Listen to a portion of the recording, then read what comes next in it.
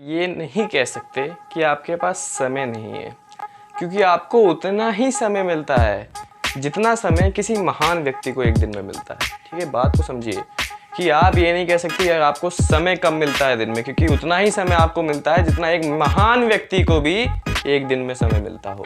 तो समय को सदुपयोग करना सीखें। ठीक है, टाइम इज प्रीशियस। ठीक है, टाइम मैनेजमेंट इज इम्पॉर्टेंट।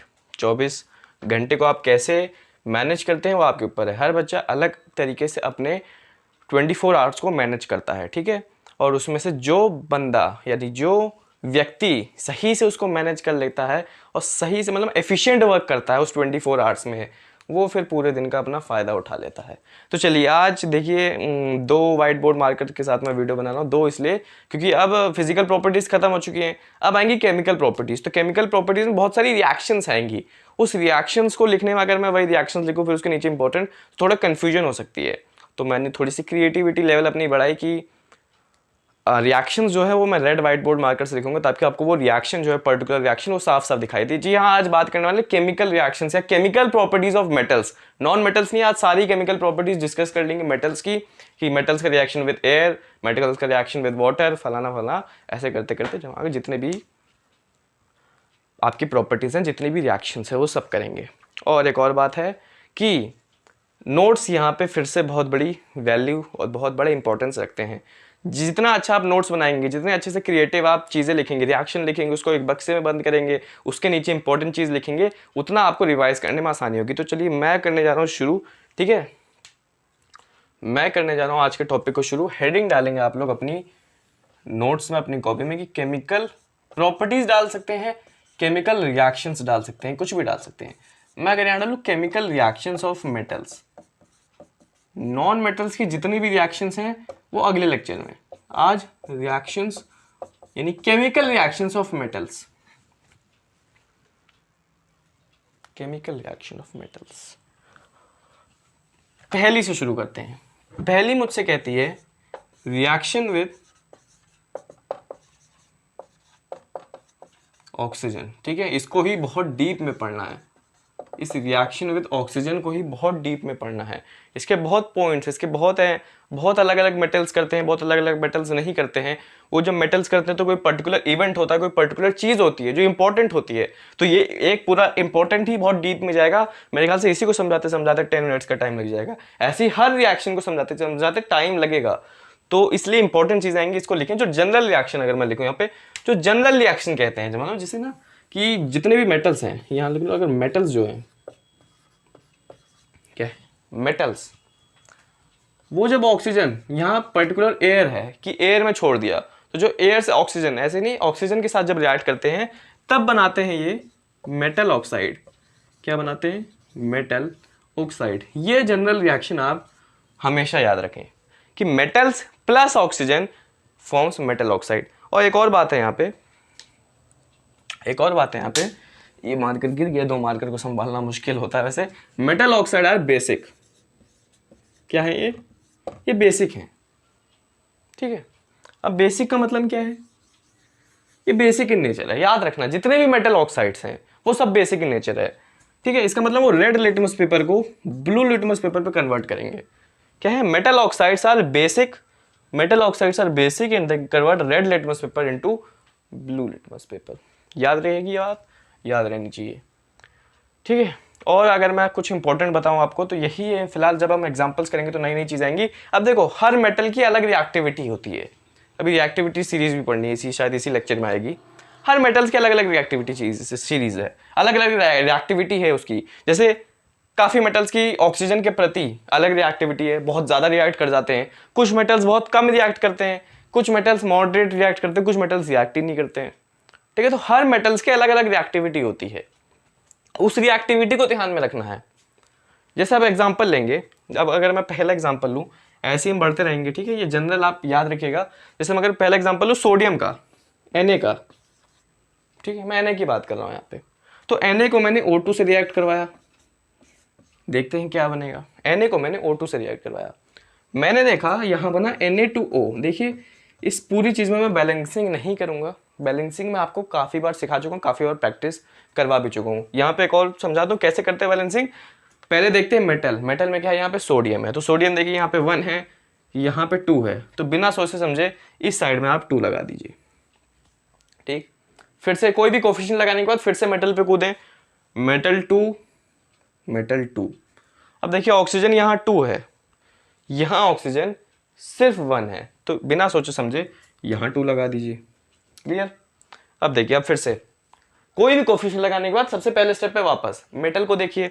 ऐसे होता था metal, non metal, hydrogen, oxygen, या ऑक्सीजन हाइड्रोजन। ऑक्सीजन हाइड्रोजन को लास्ट में देखा जाता है, पहले मेटल नॉन मेटल को देखा जाता है। लेकिन यहाँ दो ही चीजें, एक मेटल है एक ऑक्सीजन है, तो उन्हीं को दोनों को देखना है। मेटल को देखिए, अब यहाँ मेटल 4 हो गए, यहाँ सिर्फ 2 ही था, तो मुझे यहाँ पे 4 लगाना पड़ेगा। ठीक है, अब वापस देख लीजिए, कोई भी कोफिशिएंट लगाने के बाद वापस पहले स्टेप पे कूदिए। Metals 4, metals 4 balanced, oxygen 2 balanced. तो बैलेंसिंग ऐसे करती, काफी बार इसकी प्रैक्टिस करवा चुका हूं, तो टाइम वेस्ट अपना बैलेंसिंग में नहीं करूंगा, वो चीज आप खुद देख सकते हैं। ठीक है, तो बैलेंसिंग में ज्यादा टाइम वेस्ट नहीं करेंगे, सिर्फ मैं नॉर्मल रिएक्शन लिख के छोड़ दूंगा, आप समझ जाइएगा। अच्छा, इसकी एक और टाइप की, ऐसी एक और टाइप की रिएक्शन बनती है जो पोटेशियम करता है, K + O2 becomes K2O। ऐसी टाइप की कुछ रिएक्शन पोटेशियम भी करता है, इसी टाइप की, देखो जनरल टाइप है। बैलेंसिंग भी शायद उसकी इसी प्रकार होगी, बैलेंसिंग भी बिल्कुल सेम होगी। ठीक, बैलेंसिंग भी बिल्कुल सेम है। अब ये क्या है, पोटेशियम, और ये इंपॉर्टेंट चीज है, यहाँ पे आपके नोट्स में जानी चाहिए। Potassium and sodium reacts vigorously, क्या है, विगरसली विद ऑक्सीजन। मैंने बोला ना, मैंने क्या बोला, हर मेटल की अलग अलग रिएक्टिविटी है डिफरेंट रीजन्स की प्रति। मतलब जैसे ऑक्सीजन है, तो ऑक्सीजन से सोडियम किसी और लेवल पे रिएक्ट करेगा, पोटेशियम किसी और लेवल पे, मैग्नीशियम किसी और लेवल पे, एल्यूमिनियम किसी और लेवल पे। ठीक है, तो हर मेटल्स की किसी भी चीज के प्रति अलग अलग रिएक्टिविटी होती है, जो रिएक्टिविटी सीरीज बनती है कि भाई मेटल और पोटेशियम बहुत हाई रिएक्टिव एलिमेंट है, और खासकर जब ऑक्सीजन से रिएक्ट करते हैं तो बहुत विगरसली रिएक्ट करते हैं, बहुत तगड़ी रिएक्शन होती है इनके बीच में। तो जब रिएक्शन की होती है, इसका एक और चीज होती है, आपने पढ़ी होगी बुक में, कि जब मैं इन दोनों मेटल्स को अगर मैं ओपन छोड़ दूं, मतलब किसी रूम में ओपन खुला छोड़ दूं पोटेशियम और सोडियम को, तो ये क्या है, रिएक्ट करेंगे रूम टेम्परेचर की ऑक्सीजन से, इतना बुरा तरह से रिएक्ट करेंगे कि क्या पकड़ लेंगे, फायर कैच कर लेंगे। इतना बढ़िया रिएक्ट करते हैं, फायर कैच कर लेते हैं। बात समझ में आई। और इनको फायर कैच करने से बचाने के लिए, मतलब देखो, इनको केरोसिन ऑयल में रखा जाता है, केरोसिन के ऑयल में इनको डिप करके रखा जाता है, ताकि ये केरोसिन क्या करता है, इनको जो है एक लेयर बना के रखता है, ताकि ऑक्सीजन से ये रिएक्ट ना कर पाए और फायर ना पकड़ पाए, इसलिए इनको केरोसिन के एक ऑयल के मिक्सचर में डिप करके रखा जाता है। बात समझ में आई। मेरा कहने का मतलब है, हर मेटल हर रीजन से अलग रिएक्टिविटी पे रिएक्ट कराएगा, और यही सारी चीज़ें हमें हर रिएक्शन से डिटेल में समझनी है, तो डिटेल में सारी रिएक्शन समझते जाएं। पहला केस था ये जो आपने लिया, जनरल रिएक्शन, पहली बात पता होनी चाहिए। उसके बाद और एग्जांपल आएंगे, भी ये एग्जांपल खत्म नहीं होगा, इसी में अभी और बहुत सारी चीज़ें आएंगी। तो पहली चीज़ क्लियर है कि नहीं, कि ये वाली चीज़ आपकी पोटेशियम सोडियम रिएक्ट्स विगरसली वाली। ठीक है, तो मैं इसको मिटाता हूँ, आई होप क्लियर होगा। मैं ऊपर यहाँ पे जनरल रिएक्शन लिख दूंगा, फिर बाकी सारे एग्जांपल्स आपको समझाते रहूंगा। क्लियर है ये वाली चीज़? अगर क्लियर है तो और भी बहुत सारे एग्जांपल्स। अच्छा, एक और चीज़ है, एक और बहुत ही बेहतरीन चीज़ है कि ये जो होते हैं आपके कुछ मेटल ऑक्साइड, सारे नहीं, कुछ मेटल ऑक्साइड, वर्ड पे ध्यान देना, some metal oxides react with water to form an alkali. देखो मेटल ऑक्साइड्स क्या मैंने बोला, बेस है, बेसिक है नेचर में। ठीक है, और आपको पता है जो बेसेस रिएक्ट कर जाते हैं या सॉल्युबल होते हैं वाटर में, वो एल्कली बनाते हैं। तो इसी प्रकार कुछ मेटल ऑक्साइड्स भी रिएक्ट कर जाते हैं, किससे रिएक्ट कर जाते हैं, वाटर से, या कह सकते हो कि वाटर में सॉल्युबल होते हैं और वो बेसिस बनाते हैं। पहली बात तो यहाँ पे वापस मैं जनरल रिएक्शन लिख दूँ, metal plus oxygen gives us metal oxide. ठीक है, जान जाइएगा कि वही बात लिखी है। दो रिएक्शंस आपको पढ़ाई थी, आइए तीसरी पढ़ते हैं। तीसरी में वही लूंगा मैं, सोडियम को लूंगा, मैंने क्या बोला, सोडियम का ऑक्साइड लूंगा Na2O। मैंने बोला जो सोडियम का ऑक्साइड एक ऐसा ऑक्साइड है जो सोल्यूबल है वाटर में। जब मतलब इसको मैं वाटर में मिलाऊं तो ये सोल्यूबल हो जाता है और मुझे NaOH दे देता है। इसी प्रकार K2O है पोटेशियम का ऑक्साइड, वो भी सोल्यूबल होता है वाटर में और वो मुझे KOH दे देता है।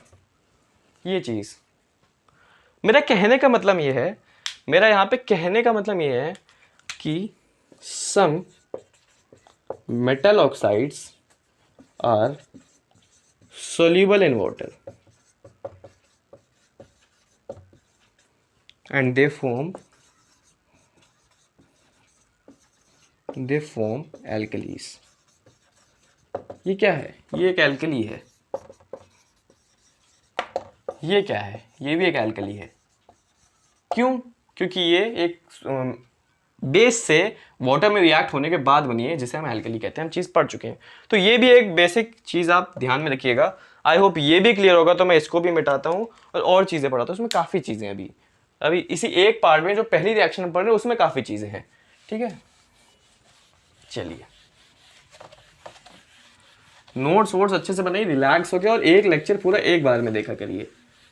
नोट्स बनाते रहिए, जितनी भी चीज़ें लिखनी है एक लेक्चर को एक बार में अगर पूरे एक ही शिफ्ट में देख लोगे तो वो टॉपिक फिनिश हो जाएगा। उस टॉपिक के बाद फिर आप आगे बढ़ जाएंगे, अपनी खुद रीडिंग मारिए बुक की, वो सारी चीज़ आप कर सकते हैं। जैसे अगर मैं और रिएक्शंस लूँ, अब देखो यहाँ पे नया मेटल लाता हूँ मैं।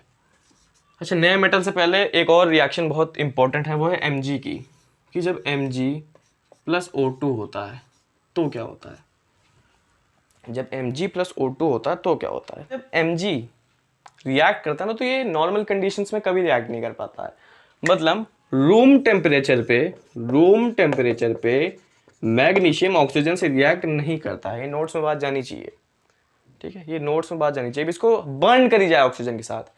जब मैं मैग्नीशियम लेके ऑक्सीजन के साथ बर्न कर दूं, उसे जला दूं, तब ये रिएक्शन देता है। और रिएक्शन क्या देता है? ये रिएक्शन बहुत खूबसूरत सी देता है। रिएक्शन में बनाता है MgO, मैग्नीशियम ऑक्साइड बना देता है, और साथ में हीट भी देता है, हीट एनर्जी भी देता है, लाइट एनर्जी भी देता है। बहुत बढ़िया रिएक्शन करता है। और ये बहुत बढ़िया एप्लीकेशन भी है कि भैया ये चीज़ रूम टेम्परेचर पे नहीं होगी। जब जलाऊंगा मैं मैग्नीशियम को ऑक्सीजन में, तब ये रिएक्शन होगी और हीट और लाइट एनर्जी फॉर्म होगी। क्लियर? इतनी बात क्लियर है?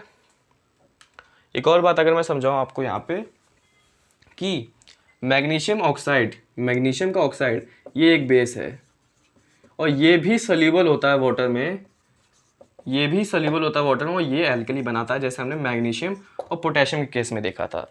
जैसे फिर से वही वाली अगर मैं रिएक्शन लिखूं कि मैग्नीशियम ऑक्साइड प्लस मैंने क्या बोला, ये H2 में सोल्यूबल होता है, ये बनाता है MgOH का होल ट्वाइस। ये वाली रिएक्शन बनाता है और ये भी होता है। तो ये भी एक केस है, ये भी याद रखें। इसमें ये वाली चीज़ इंपॉर्टेंट, तो ये वाली चीज़ याद रखें। मैं आगे बढ़ता हूँ और आगे बढ़ते हैं। काफ़ी सारी चीज़ें और हैं इसमें। अब एक एम्फोटेरिक ऑक्साइड का कंसेप्ट आएगा। क्या आएगा? एम्फोटेरिक ऑक्साइड का कंसेप्ट आएगा। अभी आ ही गया बस। देखिए एक रिएक्शन और होती है, शायद 5th रिएक्शन है, कि जब मैं Al को ले लूँ और O2 के साथ रिएक्ट करवा लूँ तो Al2O3 बनता है। ठीक है, ये भी एक बेस है, ये भी एक बेसिक ऑक्साइड है। Metal oxide, basic oxide. समझो आगे बात, ये रिएक्शन याद रहेगी।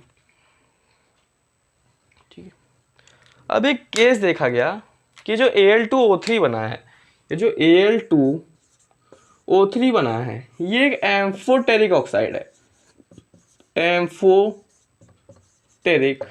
ऑक्साइड मतलब ये ऐसा ऑक्साइड है जो एसिडिक बिहेवियर भी दिखाएगा, बेसिक बिहेवियर भी दिखाएगा।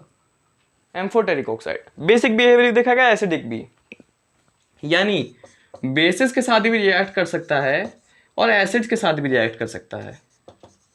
ये कैसा है? हमने अभी तक पढ़ा था सारे मेटल ऑक्साइड्स बेसिक है, लेकिन कुछ एम्फोटेरिक भी होते हैं, जिसमें जिंक ऑक्साइड का अभी एग्जांपल भी आएगा, वो भी समझाऊंगा। कुछ एम्फोटेरिक भी होते हैं कि जो बेसिक बिहेवियर भी दिखाते हैं, एसिडिक भी, जो बेसिस से भी रिएक्ट कर सकते हैं, एसिड से भी रिएक्ट कर सकते हैं। ठीक है, तो इतना लिखे, फिर मैं रिएक्शन भी दिखाता हूँ कि जब बेसिस के साथ रिएक्ट करते हैं तब कैसी होती है, और एसिड के साथ जब करते हैं तब कैसी रिएक्शन होती है।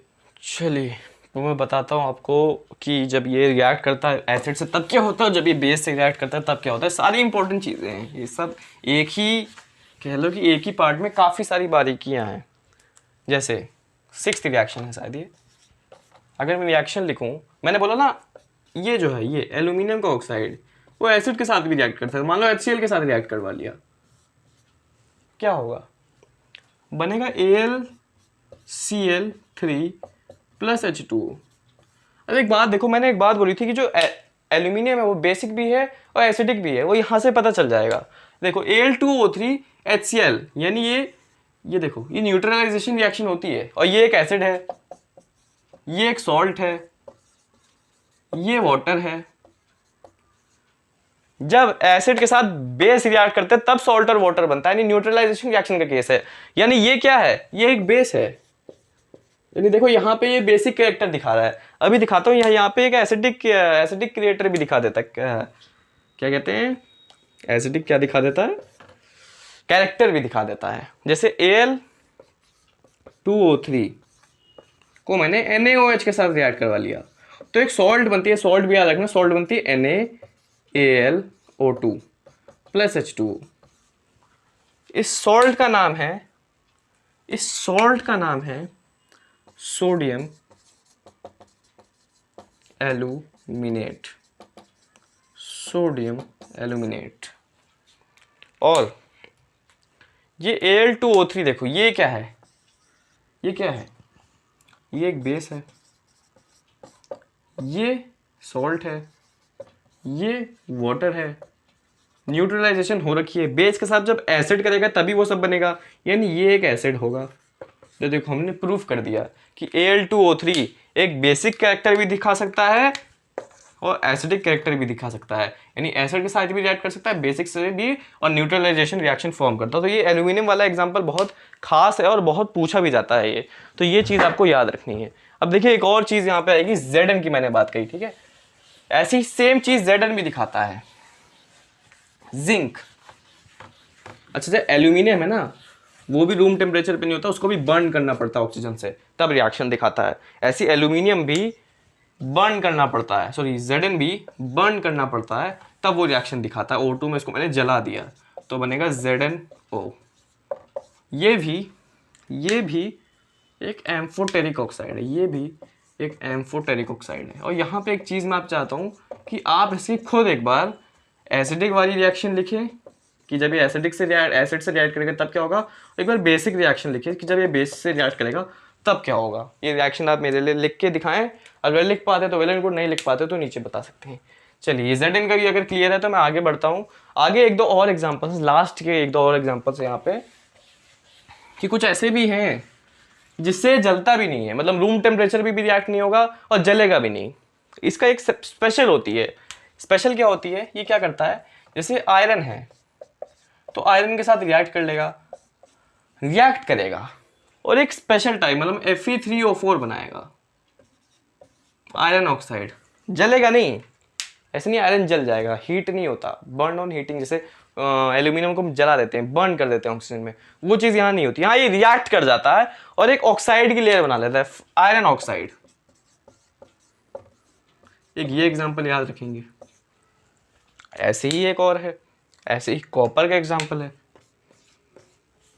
Cu+O2। अब कॉपर जलता नहीं, इसको हम बर्न नहीं करते ऑक्सीजन में, ये लेयर बना देता है, थिन ऑक्साइड की लेयर बना देता है ऑक्सीजन से रिएक्ट करने पे, जैसे कहते हैं CuO, कॉपर ऑक्साइड की लेयर, नाम सुना ही होगा। तो कुछ ऐसे भी एग्जांपल्स हैं कि भैया ऐसा है कि जलता तो नहीं है लेकिन एक ऑक्साइड की लेयर बना देता है। तो ये एग्जांपल्स भी याद रखेंगे। यही इतनी बात थी आपकी मेटल ऑक्साइड वाली रिएक्शन की, ठीक है। मेटल ऑक्साइड जब रिएक्ट करता है, मतलब मेटल ऑक्साइड जब बनता है मेटल और ऑक्सीजन की रिएक्शन से, तो ये कुछ बातें थी। अब बढ़ते हैं नेक्स्ट रिएक्शन की तरफ और बाकी सारी चीज़ें इसमें पढ़ लेंगे। अभी काफ़ी दूर जाना है इस लेक्चर में, ठीक है। इस बात का आपको खास ध्यान रखना है कि काफ़ी सारी रिएक्शंस में लिखते रहूँगा और बहुत सारी रिएक्शंस आपको याद करनी है। एक और चीज़ है कि गोल्ड और सिल्वर एक ऐसे मेटल हैं जो किसी भी कंडीशन पे रिएक्ट नहीं करेंगे ऑक्सीजन से, चाहे इनको हीट कर दो, चाहे इनको रिएक्ट करवा दो, चाहे इनको रूम टेम्परेचर पे रिएक्ट करवा दो, चाहे जितना भी हाई टेम्परेचर पे रिएक्शन करवा लो, ये ऑक्सीजन के साथ रिएक्ट नहीं करते। तो ये बात आपको याद रखनी है कि gold and silver metals are those metals which do not react with oxygen at any given condition. चलिए आगे बढ़ते हैं और आगे बात करते हैं reaction of metal with water. क्या बात करेंगे आगे? Reaction of metal with water. Reaction of metal with water, reaction with water, heading डालेंगे, आप भी डालेंगे, मैं भी डाल रहा हूँ, रिएक्शन विद वाटर। मेटल्स की बात हो रही है तो मेटल्स लिखना उतना नेसेसरी नहीं है। रिएक्शन विद वाटर, फिर से एक जनरल आएगी यहाँ पे। अच्छा, इसमें जनरल में भी काफी सारी चीजें, वाटर बहुत एक इंपॉर्टेंट टॉपिक है क्योंकि कुछ मेटल्स कोल्ड वाटर के साथ रिएक्ट करते हैं, कुछ हॉट वाटर के साथ, कुछ स्टीम के साथ, तो सबकी जनरल अलग होती है। जैसे कोल्ड और हॉट वाटर के साथ जो होते हैं उनमें मैग्नीशियम, मतलब जैसे कोई भी मेटल का हाइड्रोक्साइड बनता है, और वहीं अगर स्टीम के साथ करते हैं तो मेटल का ऑक्साइड वापस बन जाता है। जैसे अगर इसमें दो रिएक्शन होंगी, पहली रिएक्शन तो अगर मैं लिख सकता हूँ जनरल रिएक्शन, कि जब मेटल वाटर के साथ रिएक्ट करता है, वाटर हो इसमें लिक्विड फॉर्म में, चाहे कोल्ड हो चाहे हॉट हो, तब वो क्या करेगा, तब वो हाइड्रोक्साइड बनाएगा, मेटल का हाइड्रोक्साइड बनाएगा और साथ में हाइड्रोजन गैस बनाएगा। क्लियर? बात पक्की है। वहीं दूसरी तरफ अगर मेटल हो, उसको मैं गैस के साथ रिएक्ट करवा दूं, किसके साथ? गैस के साथ, तब मैंने देखा कि वो मेटल का ऑक्साइड बना रहा है और साथ में हाइड्रोजन तो बन ही रही है। तो ये दो जनरल रिएक्शन आप याद रखें तो बहुत ही बेहतर होगा।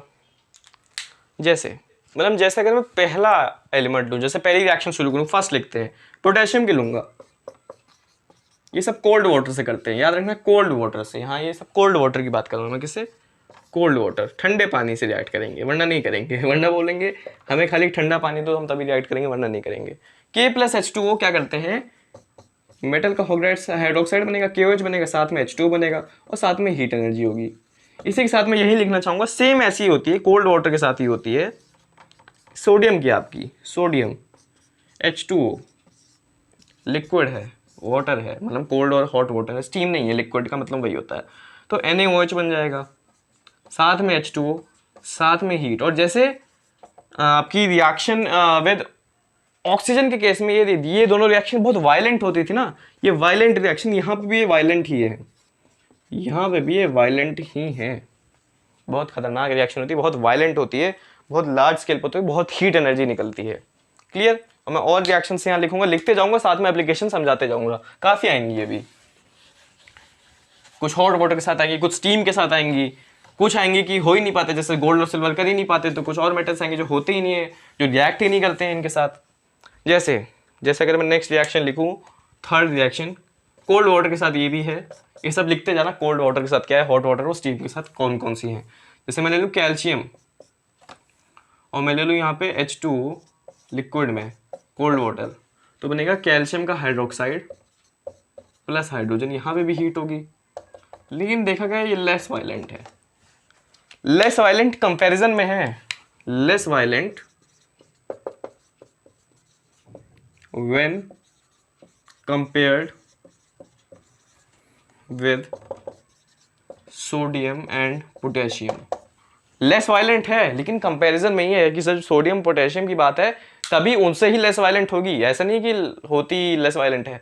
अगर मैं पोटेशियम और सोडियम के साथ इसको कंपेयर करूं कि जितनी वायलेंट उनकी हुई थी उस हिसाब से कम है, थोड़ी कम हीट फॉर्म होती है, तो ये बात ध्यान में रखिएगा। एक और आती है बहुत इंपॉर्टेंट, कि जो मैग्नीशियम है अपना Mg, वो हॉट वाटर के साथ रिएक्ट करता है, उसको कोल्ड के साथ करवाने की कोशिश करोगे वो नहीं करेगा, वो तभी करेगा जब मैं गर्म पानी दूं, कि Mg+H2O होगा लिक्विड में ही, लेकिन हॉट वाटर होगा, बनेगा इसका ही हाइड्रोक्साइड ही, और कोई चीज डिफरेंट नहीं होगी, बनेगी यही चीज। अच्छा, यहां एक और चीज है कि जो मैग्नीशियम का मेटल होता है ना, ये फ्लोट्स, इट फ्लोट्स, ये पानी की सतह पर, यानी पानी की जो वो होती है सरफेस पे तैरने लगता है, फ्लोट करने लगता है, due to sticking of hydrogen gas bubbles. Hydrogen gas जब होती है ना, जब इवॉल्व होती है, तो एक तो पॉप साउंड के साथ बर्न होती है, वो सब तो चीज़ें, जब हाइड्रोजन गैस इवॉल्व होती है तो बबल बहुत बनते हैं पानी में, तो जो बबल्स है ना वो मैग्नीशियम की गैस पे स्टिक, मतलब मैग्नीशियम के मेटल पे स्टिक हो जाते हैं। जब स्टिक हो जाते हैं तो उससे क्या होता है, ये जो मेटल होता है वो तैरने लगता है पानी पे, वो पानी पे फ्लोट होने लगता है इन मेटल्स के स्टिक हो जाने पे सरफेस से। क्लियर, ये दोनों रिएक्शंस भी क्लियर हैं, आई होप क्लियर होंगी। काफ़ी इंपॉर्टेंट रिएक्शंस है, काफ़ी इजी रिएक्शंस है, कुछ ज़्यादा नहीं है, बस आपको ये सारे लिख लेने हैं और इनको बार बार रिवाइज करना है कि जिसमें क्या क्या एप्लीकेशंस इन सब में आते हैं। और भी काफ़ी सारी रिएक्शन है, भी सब बारी बारी करके बताते जाता हूँ। समझ में आई बातें? अभी और बताऊंगा और काफ़ी बातें, जैसे भी वाटर के साथ लिक्विड स्टेट में कर ली, अब देखो स्टीम के स्टेट में आएगी। और एक और बात यहीं बता दूं कि मैं बताना चाहूँगा कि Mg भी स्टीम के साथ रिएक्ट कर सकता है, हॉट वाटर के साथ भी और स्टीम के साथ भी। तो जब ये स्टीम के साथ रिएक्ट करवाता है या गैसेस फॉर्म में अगर मैं लूँ यानी स्टीम लूँ तो MgO बन जाता है, साथ में हाइड्रोजन तो बनता ही है। तो ये चीज़ याद रखिएगा। आप देखिए स्टीम के साथ और रिएक्शंस लेता हूँ, जैसे फिफ्थ, इसको अगर मान लें हम फिफ्थ तो सिक्स्थ पे बढ़ते हैं। और काफ़ी और रिएक्शंस हैं, कम नहीं है, अभी और आएंगी और काफ़ी अच्छा कंसेप्ट भी है इसमें लास्ट में। तो बढ़ते हैं, क्या क्या चीज़ें हैं अभी सब पढ़ेंगे। फिर इसके बाद रिएक्शन विद डाइल्यूट एसिड्स का भी एक पार्ट है जो बचता है, उसे भी कंप्लीट करना है। चलिए समझाइए, मतलब समझाऊं, अगर मैं आपको समझाऊं कि जब स्टीम के साथ होता है तो क्या होता है। जैसे सिक्स्थ ले लूँ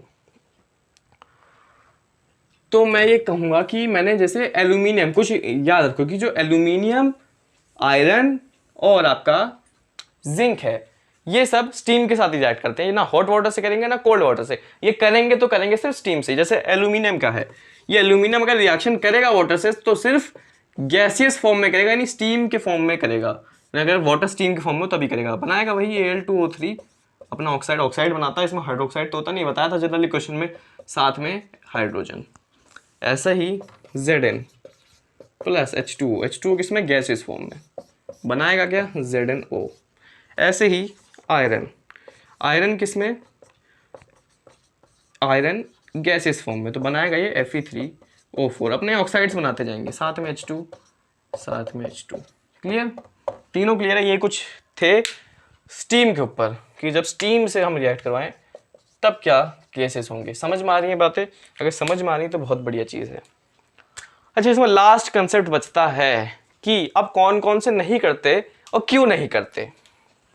ये बात है, क्यों नहीं करते उसका सिंपल सा रीजन है, वो हाइड्रोजन के आइटम्स नहीं बना पाते इसलिए नहीं करते। जैसे देखो इसमें है क्या चीज़, इसमें थोड़ा सा ब्यूटीफुल सा कंसेप्ट है जो आपको समझ में आना ज़रूरी है, जो आपको मुझे समझाना भी ज़रूरी है और मैं समझाऊंगा भी उसे। जैसे एक चीज़ लिखो अपने नोट्स में कि copper, gold, silver do not react with water in any form, in gaseous, liquid, hot water, cold water or steam to form particular salts and particular oxides, hydroxides and hydrogen because gold and silver तो पता ही है। अब देखो because copper क्यों नहीं करता, क्योंकि copper is less reactive than hydrogen. अब देखो रिएक्टिविटी सीरीज का खेल यहीं से है। जैसे रिएक्टिविटी सीरीज का थोड़ा खेल भी समझो। अभी हम रिएक्टिविटी सीरीज इन्हीं सब रिएक्शन के बेस पे लिखने वाले हैं। जैसे हमने पढ़ा कि सोडियम पोटेशियम बहुत वायलेंट रिएक्शन करते हैं, तो सोडियम पोटेशियम बहुत रिएक्टिव एलिमेंट्स, वो सबसे ऊपर आएंगे रिएक्टिविटी सीरीज में। फिर हमने देखा तो कैल्शियम थोड़ी कम करता है कंपेरिजन में, तो कैल्शियम उससे थोड़ा नीचे आएगा। मैग्नीशियम और कम करता है, हॉट वाटर से करता है तो थोड़ा और कम नीचे आएगा। फिर उससे नीचे होंगे सब एल्यूमिनियम, जिंक और आयरन वाले जो ठीक ठाक कर लेते हैं रिएक्शन, और फिर उसके नीचे से गोल्ड सिल्वर जैसे आएंगे। ठीक है, तो बीच में कहीं हाइड्रोजन भी आता है कि हाइड्रोजन भी तो एक है ना, हाइड्रोजन की भी कुछ रिएक्टिविटी होती है, तो एक हाइड्रोजन भी आता है। कुछ होते हैं कि वो हाइड्रोजन से भी नीचे होते हैं, मतलब कॉपर एक ऐसा मेटल है जिसकी रिएक्टिविटी हाइड्रोजन से भी कम है। तो होता क्या पता है, जब रिएक्शन होती है जो H2O होता है, जो वाटर के साथ रिएक्ट करवाते हैं, तो H2O देखो H+ आयंस और OH- आयंस में बढ़ता है, आयनाइज होता है, पार्शली आयनाइज होता है ये। तो जो जैसे मैं यहाँ पे आयरन लाया, तो ये आयरन पता है क्या करेगा, ये आयरन थोड़े से अपने इलेक्ट्रॉन्स, क्योंकि रिएक्टिव है, रिएक्टिव मेटल है, इलेक्ट्रॉन्स दे देता है, लूज कर देता है, तो ये इलेक्ट्रॉन्स क्या है इसको दे देगा और ये प्लस साइन यहाँ से हट जाएगा, ये इलेक्ट्रॉन्स इसको दे देगा और ये जो प्लस साइन है वो इलेक्ट्रॉन्स कैंसिल हो जाएगा, प्लस साइन को कैंसिल कर देगा इलेक्ट्रॉन्स और हाइड्रोजन का एटम बन जाएगा। वही हमें हाइड्रोजन की गैस में दिखता है, OH वाला है, हाइड्रोक्साइड बनाने में यूज हो जाएगा, ये काम होता है। लेकिन हमने देखा कि कॉपर जो है वो इसको नहीं करता, इस काम को नहीं करता, H+ साइंस को नहीं करता, क्योंकि ये दे ही नहीं पाता, ये अनरिएक्टिव है, ये हाइड्रोजन से भी कम रिएक्टिव है, ये देगा ही नहीं। इतना कम रिएक्टिव, लूज ही नहीं करेगा इलेक्ट्रॉन को, देगा ही नहीं हाइड्रोजन को, इसलिए ये नहीं कर पाता है। तो इसमें हम रिएक्टिविटी सीरीज का खेल भी खेलेंगे कि कॉपर करता ही नहीं है तो कॉपर और थोड़ा नीचे आ जाएगा रिएक्टिविटी सीरीज में। इन्हीं सारी चीज़ों के बेस पे हम ये रिएक्टिविटी सीरीज निकालते हैं, लिखते हैं। तो ये अगर ये सब बातें तो क्लियर है। अब थर्ड हम टॉपिक पढ़ने वाले हैं जो है अपना किसके ऊपर, डाइल्यूट एसिड्स के साथ रिएक्शन के ऊपर, वो भी चलिए पढ़ते हैं।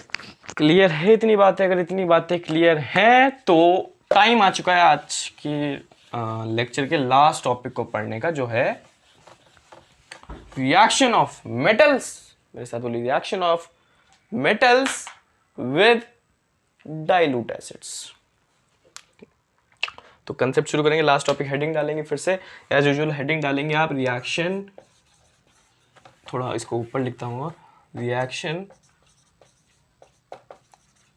With dilute acid. डाइल्यूट में सिंपल आप एग्जांपल ले लो, हाइड्रोक्लोरिक एसिड जैसे कंसंट्रेटेड होते हैं कुछ, H2SO4 जैसे, कुछ डाइल्यूट होते हैं HCl जैसे, ठीक है, ये सारी बातें। तो अगर मैं पहली रिएक्शन जनरल लिखूं, पहले सबसे पहले तो जनरल लिखने की प्रथा है हमारे लेक्चर में कि मेटल जब डाइल्यूट एसिड ले लूं मैं यहाँ पे, तो क्या करता है, इस डाइल्यूट एसिड जो हाइड्रोजन होता है, जैसे HCl का जो हाइड्रोजन होता है उसको डिस्प्लेस कर देता है वो मेटल, और H2 बना देता है, साथ में आपका मेटल की सॉल्ट बना देता है। क्लियर? पहली लेते हैं, एग्जाम्पल से समझ में आएगा, वैसे कुछ खास फायदा है नहीं पढ़ने का थ्योरी। जैसे Na है, HCl है, NaCl बनेगा प्लस H2 बनेगा, बहुत वायलेंट है, वेरी वायलेंट रिएक्शन, नोट करें इसको। सेकंड में आपको दे दूं, जैसे Mg ले लो, चलो Mg ले लीजिए, Mg plus HCl,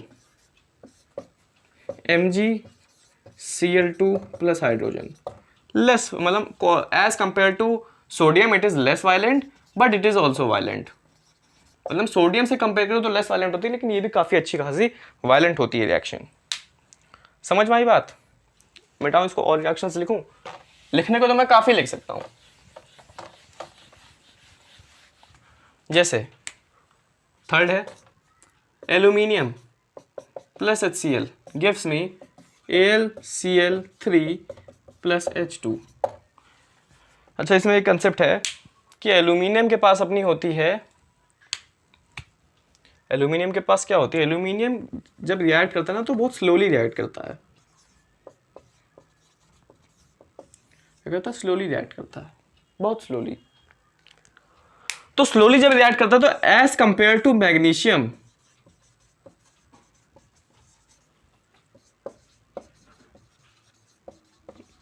it is, this reaction is less violent।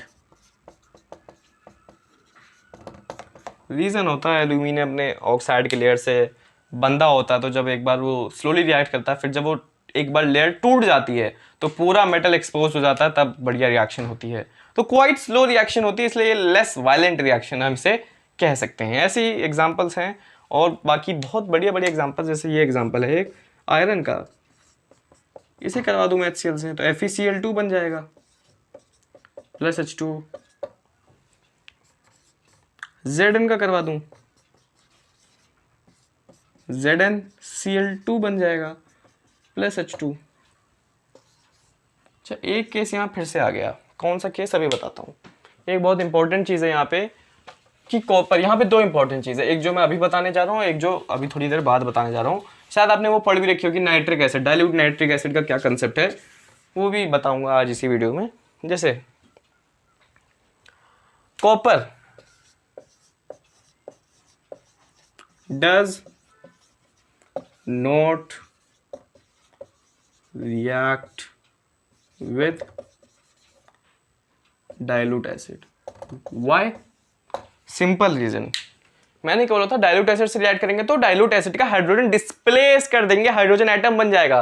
लेकिन अभी इसके स्लाइड के पहले वाली स्लाइड में बताया था, क्या बताया था, कि कॉपर हाइड्रोजन से भी कम रिएक्टिव होता है, बहुत अनरिएक्टिव होता है, तो वो उस हाइड्रोजन को अपने इलेक्ट्रॉन्स दे ही नहीं पाएगा, उस हाइड्रोजन एटम को डिस्प्लेस ही नहीं कर पाएगा। इट नॉट, कैन नॉट की spelling, can not displace hydrogen because ये हाइड्रोजन के आयंस, बिकॉज इट इज, ये कंसेप्ट हमेशा याद रखना, लेस रिएक्टिव देन हाइड्रोजन। जिन लोगों ने रिएक्टिविटी सीरीज पढ़ी है एक बार देखो, गौर फरमाओ कि हाइड्रोजन जो है, जो कॉपर है वो हाइड्रोजन से नीचे आ रहा है रिएक्टिविटी सीरीज में कि नहीं आ रहा है। जिन लोगों ने पढ़ी है, जिन लोगों को पता है रिएक्टिविटी से, उनको पता चल गया होगा ये वाला कंसेप्ट। तो ये कंसेप्ट हमेशा याद रखना है। एक और कंसेप्ट है जो मैं समझाऊंगा आपको, नाइट्रिक एसिड वाला, तो चलो उसी भी समझा ही देता हूँ।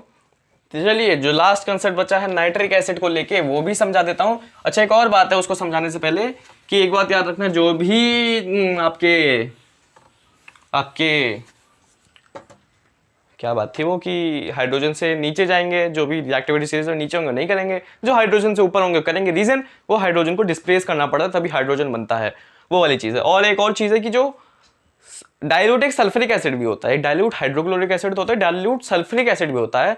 डाइल्यूट नाइट्रिक एसिड को तो भी पढ़ेंगे, एक डाइल्यूट सल्फ्यूरिक एसिड भी होता है। वो भी रिएक्शन करते हैं, मेटल के सल्फेट बन जाते हैं वहाँ पे, मेटल के क्लोराइड बनते हैं HCl में, मेटल के सल्फेट बन जाते हैं वहाँ पे, और हाइड्रोजन तो बनती है। तो उसकी एक लिस्ट दे रहा हूँ मैं, कुछ रिएक्शन है, आप इनको एक बार नज़र डालें इन सब रिएक्शंस पे, इनको थोड़ा पढ़ें। मैं यहाँ पे समझाने वाला हूँ नाइट्रिक एसिड जो होती है डाइल्यूट। एक कंसेप्ट है कि बहुत ही स्ट्रॉन्ग ऑक्सीडाइजिंग होता है। मैं ऑक्सीडाइजिंग नहीं, यहां लिखूंगा स्ट्रॉन्ग ऑक्सीडाइजिंग एजेंट। ठीक है, पहले तो एक बात याद रखो कि जब भी नाइट्रिक एसिड से कोई भी मेटल रिएक्ट करता है तो हाइड्रोजन फॉर्म नहीं होती है, हाइड्रोजन इज नॉट इवॉल्व्ड। याद रखेंगे इस बात को, हाइड्रोजन इज नॉट इवॉल्व्ड। इस बात के बाद एक और बात है कि स्ट्रॉन्ग ऑक्सीडाइजिंग एजेंट है, हाइड्रोजन इज नॉट इवॉल्व्ड। और एक और जो बहुत ही महत्वपूर्ण चीज़ है यहाँ पे, वो ये है कि it is a strong oxidising agent. तो स्ट्रॉन्ग ऑक्सीडाइजिंग एजेंट क्या होता है, ये क्या करता है, यहाँ लाल से लिख देता हूँ, ये क्या करता है, जो H2, भाई रिएक्शन तो हो जाती है, लेकिन जो H2 फिर जब इवॉल्व होती है ना, तो इस H2 को ऑक्सीडाइज करके H2O बना देता है। ये इतना स्ट्रॉन्ग है। जैसे ही रिएक्शन होगी, जैसे ही हाइड्रोजन इवॉल्व होगा, इतना स्ट्रॉन्ग ऑक्सीडाइजिंग एजेंट है कि उसी ट्यूब में, उस बबल ट्यूब में वो क्या करेगा, उस हाइड्रोजन को ऑक्सीडाइज कर देगा और वाटर बना देगा तुरंत, और खुद रिड्यूस हो जाएगा। किसी भी ऑक्साइड में, NO2 में रिड्यूस हो जाएगा, NO में रिड्यूस हो जाएगा, N2O में रिड्यूस हो जाएगा। ये सब बुक में लिखा है, इसको समझो थोड़ा, कि इतना ऑक्सीडाइजिंग एजेंट स्ट्रॉन्ग है कि जैसे ही हाइड्रोजन देखेगा वैसे उसको ऑक्सीडाइज कर देगा वाटर में, और खुद रिड्यूस हो जाएगा। खुद जो इसमें हाइड्रोजन होगा वो खुद दे देगा उसको, और खुद रिड्यूस हो जाएगा। बात समझ में आ रही? इसको ऑक्सीडाइज कर देगा, खुद रिड्यूस हो जाएगा, अपना हाइड्रोजन हटा देगा और वहां ऑक्सीजन दे देगा। क्लियर? बातें समझ में आ रही हैं तो वेल एंड गुड। इतना याद रखना, nitric acid is a strong oxidising agent. In this types of reaction, when metal reacts with nitric acid, dilute nitric acid, it does not evolve hydrogen, but it converts या oxidize the hydrogen into water and itself gets reduced into any of the nitric oxides. ये सब nitric oxides depend करते हैं, कभी ये बनेगा, कभी ये किस पे डिपेंड करता है, नेचर ऑफ मेटल पे, किस पे डिपेंड करता है, कंडीशंस पे, टेम्परेचर क्या है, कौन सा एसिड, मतलब क्या, कौन सा मेटल यूज कर रहे हैं, उन सारी चीज़ों पे, एसिड्स पे। चलिए एक और, हाँ अब एक एक्सेप्शन भी है इसमें, जो एनसीईआरटी की लास्ट वाले में लिखा है। ठीक है, ये सब एनसीईआरटी, देखो केमिस्ट्री में एनसीईआरटी इज द बाइबल। वहाँ इतनी सारी चीज़ें लिखी हैं, बस उसको छुपा के लिख रखा है। मतलब बच्चों को हर लाइन पढ़नी पड़ेगी, उनको हर लाइन में कोई ना कोई इंपॉर्टेंट चीज़ पता चलेंगी। इसलिए केमिस्ट्री में नोट्स बनाना बहुत इंपॉर्टेंट होता है, ये बात समझा रखा हूँ। केमिस्ट्री में कभी दूर मत भागा करो कि एनसीईआरटी छोड़ के कोई और बुक उठा ली। सारी चीज़ एनसीईआरटी में लिखी, अगर वो एनसीईआरटी पढ़ के चले गए या रट के चले गए, चलो मान लो रट के चले गए, सारी लाइन की इंपॉर्टेंट चीज़ याद करके चले गए, तो कोई नहीं रोक सकता आपको पूरा स्कोर, मतलब 100 आउट ऑफ 100 की बात करूँ तो उसको कोई नहीं रोक सकता। चलिए अब मैं बात करने जा रहा हूँ एक एक्सेप्शन की, एक ब्यूटीफुल से एक्सेप्शन की, जो इसी नाइट्रिक एसिड से, मुझे पता है वीडियो की लेंथ थोड़ी सी बड़ी हो गई है इसलिए मैं इसको एंड करूँगा। वैसे भी मुझे थोड़ी सी और बातें करनी थी ये रिएक्शन ऑफ मेटल्स के ऊपर, वो थोड़ी सी बातें, मतलब मेरे ख्याल से थोड़ा सा और एक दो चीज़ हैं जो मुझे आपको एक्स्ट्रा बतानी है, और बाद में फिर reaction of non metal with, मतलब chemical reactions of non metal. ये बार बार मार्कर गिर रहा है, 2 मार्कर को संभालना बहुत मुश्किल है, तो ये दोनों चीज़ें मैं नेक्स्ट लेक्चर में कवर कर दूंगा। ठीक है, वैसे भी नेक्स्ट लेक्चर एक आने वाला था, नॉन मेटल की रिएक्शंस के ऊपर। तो मैं नॉन मेटल की रिएक्शन तो नेक्स्ट लेक्चर में पढ़ाऊंगा ही, साथ में जो थोड़ी सी चीज़ें बची हैं उसको थोड़ा शुरुआत में क्लियर करने के बाद फिर आगे बढ़ जाऊंगा। तो 2 लेक्चर्स में पूरी चीज़ खत्म होगी। फिलहाल अभी लास्ट टॉपिक की बात करते हैं। एक्सेप्शन है कि जब ये Mg के साथ रिएक्ट करता है और Mn के साथ, ये Mg और Mn यहाँ क्या है, ये Mg और Mn है यहाँ पे मैग्नीशियम और मैंगनीज। ये क्या है, मैंगनीज। और ये रिएक्ट किससे करते हैं, ये वर्ड याद रखना, वेरी डाइल्यूट एसिड्स या नाइट्रिक एसिड्स।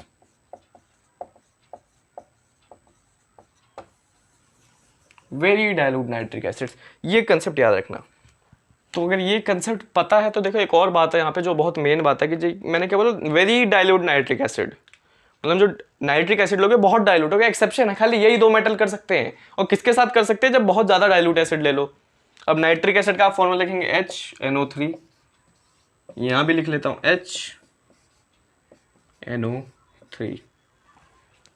क्या होगा, कुछ नहीं होगा, इसका वो बन जाएगा, ऑक्साइड बन जाएगा, हाइड्रोजन गैस इवॉल्व होगी। यहाँ पे क्या होगा, Mg का नाइट्रेट बनेगा, NO3 होल ट्वाइस होता है Mg का नाइट्रेट। यहाँ क्या बनेगा, Mn का नाइट्रेट बनेगा। शायद ये रिएक्शन एनसीईआरटी बुक में नहीं है, तो ये आपके लिए थोड़ा फायदा हो सकता है, तो इसको ध्यान से लिखना। हाइड्रोजन गैस इवॉल्व हो जाएगी। बढ़िया, क्लियर, बात याद रहेगी, एक्सेप्शन याद रहेगा। अगर याद रहेगा तो very well done and very good. तो आज के लेक्चर में बस इतना ही। चीज़ों को नोट्स बना के याद करते रहें, रिवाइज करते रहें, नोट्स बनाते रहें। मिलते हैं नेक्स्ट लेक्चर में, stay tuned with me. Next lecture में बता देना क्या होगा। नेक्स्ट लेक्चर में होगा थोड़ी सी और बातें जो बची हैं केमिकल प्रॉपर्टीज या केमिकल रिएक्शंस ऑफ मेटल्स के ऊपर, और नॉन मेटल्स का केमिकल प्रॉपर्टीज या केमिकल रिएक्शंस। सो बने रहें, टिल देन मेहनत करते रहिएगा। बाय।